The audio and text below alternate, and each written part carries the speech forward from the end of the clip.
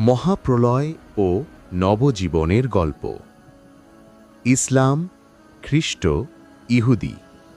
নূহ, নবী নূহ আলাইহিস সালাম, জাহাজ, প্রাণী, ইন্দ্রধনু।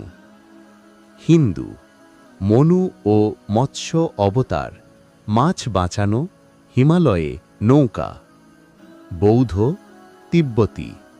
মহাপ্রলয়ের পর একজোড়া ভাইবোন, মানুষের পূর্বপুরুষ, পাহাড়ে আশ্রয় নেয়।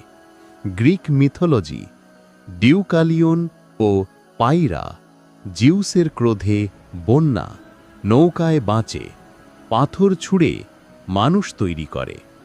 মেসোপটেমিয়ান, গিলগামেশ মহাকাব্য, উতনাপিস্তি, ঈশ্বরদের সতর্কবাণী, বিশাল নৌকা, পাখি পাঠানো। মায়া, পোপল ভূ, মানুষ কাঠের তৈরি হয় কিন্তু বিদ্রোহী হয়। ঈশ্বররা বন্যা পাঠান, পরে ভুট্টা থেকে নতুন মানুষ তৈরি হয়।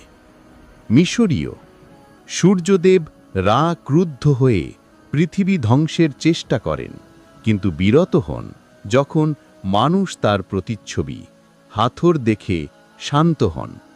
আদিবাসী, সাঁওতাল, গোন্ড, বন্যায় সব ডুবে যায়, শুধু এক জোড়া ভাই বোন বাঁচে, যারা পরে মানবজাতির জনক জননী হয়। বার্তা, ধ্বংসের পর সৃষ্টি, আশার বীজ কখনো মরে My না। child, why